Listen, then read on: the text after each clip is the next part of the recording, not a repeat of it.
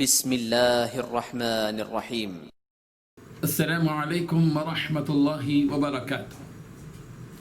الحمد للہ وکفی وسلام علی عباده الذین اصطفی، اما بعد۔ حاضرین و ناظرین، یہ درس نمبر 760 ہے۔ سورہ انفال کی آج 3 آیتوں کی تلاوت اور تشریح کی جائے گی۔ آیت نمبر 64، 65 اور 66، 64، 65 اور 66۔ چلیے سب سے پہلے ہم ان 3 آیتوں کی تلاوت کرتے ہیں، لفظی ترجمے اور ترجمے کے بعد تشریح کرتے ہیں۔ اعوذ باللہ من الشیطان الرجیم، بسم اللہ الرحمن الرحیم۔ یا ایہا النبی حسبک اللہ ومن اتبعک من المؤمنین۔ یا ایہا النبی حرض المؤمنین علی القتال إن يكن منكم 20 صابرون يغلبوا 200 وإن يكن منكم 100 يغلبوا 1000 من الذين كفروا بأنهم قوم لا يفقهون الآن خفف الله عنكم وعلم أن فيكم ضعفا فإن يكن منكم 100 صابرة يغلبوا 200 وَإِن يَكُن مِّنكُمْ 1000 يَغْلِبُوا 2000 بِإِذْنِ اللَّهِ وَاللَّهُ مَعَ الصَّابِرِينَ۔ یا ایوہ النبی، اے نبی، حسبک اللہ، کافی ہے آپ کو اللہ، ومن، اور وہ جنہوں نے، اتبعک، آپ کی پیروی کی، من المؤمنین، مومنوں میں سے۔ یا ایوہ النبی، اے نبی، حرض، ابھاریے، المؤمنین، مومنوں کو، علی القتال، لڑائی پر، ان اگر یکن ہوں گے منکم، تم میں سے، 20 صابرون، صبر کرنے والے، یغلبو، تو وہ غالب آئیں گے، 200، 200 پر۔ وَإِن، اور اگر یکن ہوں گے منکم، تم میں سے، 100، یغلبو، تو غالب آئیں گے، 1000 پر، من الذین، ان میں سے جنہوں نے کفر کیا، بِأَنَّهُمْ، اس لیے کہ وہ قوم ایسے لوگ ہیں، لا یفقہون، جو نہیں سمجھتے۔ الآن، اب، خفف اللہ، اللہ نے تخفیف کر دی، عنکم، تم سے، وعلما، اور اس نے جان لیا، انا، کہ بے شک، فیکم، تمہارے اندر، ضعفا، کمزوری ہے، فإن، لہذا اگر، یکن ہوں گے منکم، تم میں سے، 100 صابرہ، 100 صبر کرنے والے، یغلبو، تو وہ غالب آئیں گے، 200، 200 پر۔ وَإِنْ، اور اگر، یکن ہوں گے منکم، تم میں سے، 1000، یغلبو، تو وہ غالب آئیں گے، 2000 پر، بِإِذْنِ اللہ، اللہ کے حکم سے، وَاللَّهُ مَعَ الصَّابِرِينَ، اور اللہ صبر کرنے والوں کے ساتھ۔ ترجمہ یوں ہے، اے نبی، اللہ تمہیں اور مومنوں کو، جو تمہارے پیروکار ہیں، کافی ہے۔ اے نبی، مسلمانوں کو جہاد کی ترغیب دو۔ اگر تم میں 20 آدمی ثابت قدم رہنے والے ہوں گے تو 200 کافروں پر غالب رہیں گے، اور اگر 100 ایسے ہوں گے تو 1000 پر غالب رہیں گے، اس سے کہ کافر ایسے لوگ ہیں کہ کچھ بھی سمجھ نہیں رکھتے۔ اب اللہ نے تم پر سے بوجھ ہلکا کر دیا اور معلوم کر لیا کہ ابھی تم میں کسی قدر کمزوری ہے، بس اگر تم میں 100 ثابت قدم رہنے والے ہوں گے تو 200 پر غالب ہوں گے، اور اگر 1000 ہوں گے تو اللہ کے حکم سے 2000 پر غالب رہیں گے، اور اللہ ثابت قدم رہنے والوں کا مددگار ہے۔ ان 3 آیتوں میں 5 باتیں بتائی گئی ہیں۔ اے نبی، تمہارے لیے تو بس اللہ اور وہ مومن لوگ کافی ہیں جنہوں نے تمہاری پیروی کی ہے۔ نمبر 2، اے نبی، مومنوں کو جنگ پر ابھارو۔ نمبر 3، اگر تمہارے 20 آدمی ایسے ہوں گے جو ثابت قدم رہنے والے ہوں تو وہ 200 پر غالب آ جائیں گے۔ نمبر 4، اگر تمہارے 100 آدمی ہوں گے تو وہ کافروں کے 1000 پر غالب آئیں گے، کیونکہ ایسے لوگ سمجھ نہیں رکھتے۔ اب اللہ نے تم پر تخفیف کر دی ہے، یقیناً تم میں کچھ کمزوری ہے۔ اب اگر تم میں 100 صبر کرنے والے ہوں گے ثابت قدم تو وہ 200 پر بھاری ہوں گے، اور اگر 1000 ہوں گے تو 2000 پر غالب ہوں گے، اور اللہ صبر کرنے والوں کے ساتھ۔ بزرگان محترم، محلے کا کوئی دادا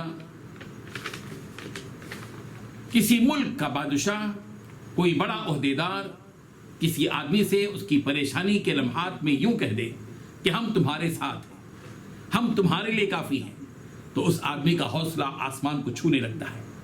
اگر زمین اور آسمان کا خالق اور مالک، سورج اور چاند، سمندر اور پہاڑ، انس و جن کا پیدا کرنے والا رب ذوالجلال اگر رسول رحمت صلی اللہ علیہ وسلم سے مخالفت کے طوفان میں اور جنگ کے ماحول میں یہ کہتا ہو کہ یا ایھا النبی حسبک اللہ، اے نبی اللہ آپ کے لیے کافی ہے، ومن اتبعک من المؤمنین، اور وہ ایمان والوں میں سے جو آپ کی اتباع کرتے ہیں وہ کافی ہیں، تو ظاہر بات ہے کہ پھر رب کعبہ کی قسم کسی اور سہارے کی کوئی ضرورت ہی نہیں ہے۔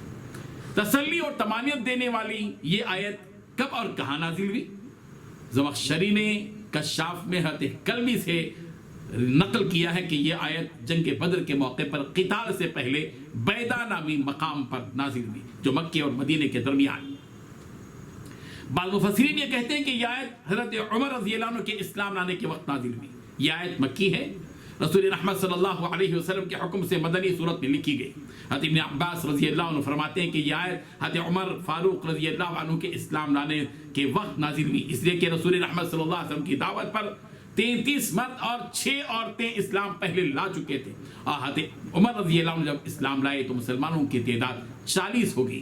حضرت عمر رضی اللہ عنہ کے اسلام لانے کے بعد مسلمانوں کی تعداد برابر بڑھتی رہی اور مسلمانوں کی شان و شوکت میں روز بروز اضافہ ہوتا رہا۔ مومن کی شان یہ ہوتی ہے کہ وہ اللہ تعالیٰ پر بھروسہ رکھتا ہے، اس کی زبان یہ اعلان کرتی ہے وَقَالُوا حَسْبُنَا اللَّهُ وَنِعْمَ الْوَكِيلُ۔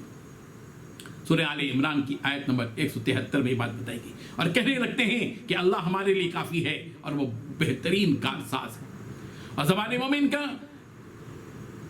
ورد یہ ہونا چاہیے وَقَالُوا حَسْبُنَا اللَّهُ سَيُؤْتِينَا اللَّهُ مِن فَضْلِهِ وَرَسُولِهِ إِنَّا إِلَى اللَّهِ راغبون۔ سورہ توبہ کی آیت نمبر 59 میں ہے، اور کہہ دیتے ہیں کہ اللہ ہمارے لیے کافی ہے، اللہ ہمیں اپنے فضل سے دے گا اور اس کا رسول بھی، ہم تو اللہ کی ذات ہی سے توقع رکھنے والے ہیں۔ رسول رحمت صلی اللہ علیہ وسلم کی زبان یہ کہلوایا گیا ہے فَإِن تَوَلَّوْا فَقُلْ حَسْبِيَ اللَّهُ لَا إِلَهَ إِلَّا هُوَ عَلَيْهِ تَوَكَّلْتُ وَهُوَ رَبُّ الْعَرْشِ الْعَظِيمِ۔ سورہ توبہ کی آیت نمبر 129۔ پھر اگر روگردانی کریں تو آپ کہہ دیجئے کہ میرے لیے اللہ کافی ہے، اس کے سوا کوئی معبود نہیں، میں نے اسی پر بھروسہ کیا اور وہ بڑے عرش کا مالک ہے۔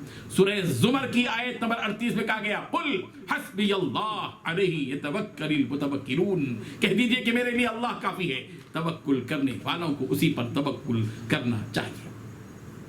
رسول رحمت صلی اللہ علیہ وسلم سے خطاب کرتے ہوئے حکم دیا جا رہا ہے کہ یا ایھا النبی، اے نبی، حرض المؤمنین علی القتال، اے نبی آپ ایمان والوں کو جہاد کی ترغیب دیجیے۔ ظاہر ہے کہ باطل جب سر چڑھ کر بولنے لگے تو اہل حق کا کام یہ ہوتا ہے کہ وہ کھل کر باطل کو کچلنے کی کوشش کرے۔